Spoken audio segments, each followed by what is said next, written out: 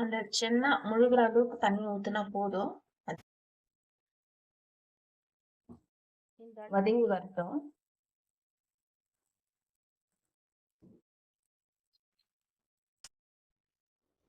இது ஆறட்டும். ஆறந்து நம்ம மிக்ஸி ஜாரில் போட்டு கிரைண்ட் பண்ணி எடுத்துக்கலாம். நம்ம மசாலா கிரைண்ட் பண்ணிட்டோம். இப்போ அதே ஜாரில் நம்ம குக் பண்ண சென்னா ஆட் பண்ணி கொஞ்சம் மிக்ஸ் பண்ணிக்கலாம். நம்ம சென்னா மிக்சியில் போட்டு கிரைண்ட் பண்ணி எடுத்துன்னு வந்துட்டோம். அப்புறம் நான் வந்து மசாலாஸ் எடுத்து வச்சுருக்கேன். ஹாஃப் ஸ்பூன் ஒரு கிராம்பு, ஒரு பிரிஞ்சி இலை வச்சுருக்கேன். இது போட்டுக்கலாம். ஆயிலில் போட்டுக்கலாம். மசாலா போட்டுக்கலாம். இப்போ நம்ம சென்னா மிக்சியில் கிரைண்ட் பண்ணி வச்சது